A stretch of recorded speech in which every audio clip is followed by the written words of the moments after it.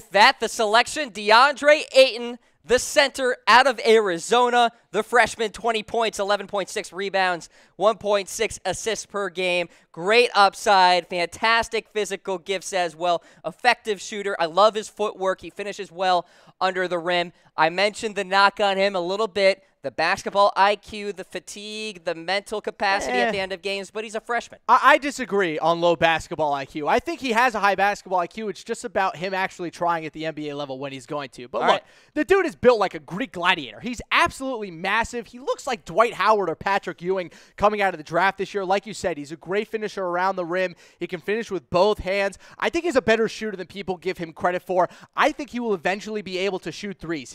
His overall confidence is what really drives me to him as well. The dude completely believes in himself more so than almost anyone else in this draft. He is so unbelievably confident in his abilities. His rebounding ability is off the charts. He's a ferocious rebounder. His standing reach is almost 9 feet long. He is a physical specimen who's amazing around the rim.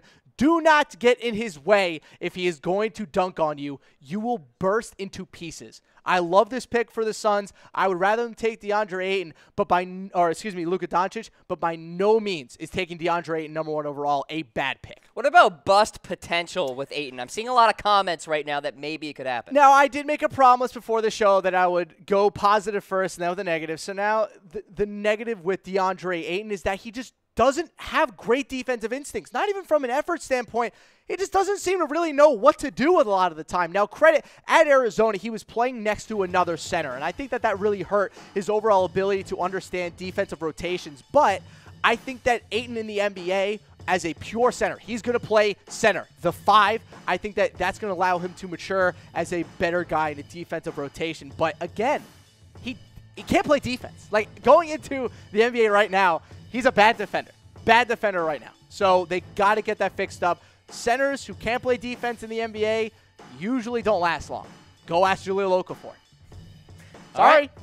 We'll see what happens in terms of DeAndre Ayton's future in the NBA. Be sure to grade the selection there for the Phoenix Suns.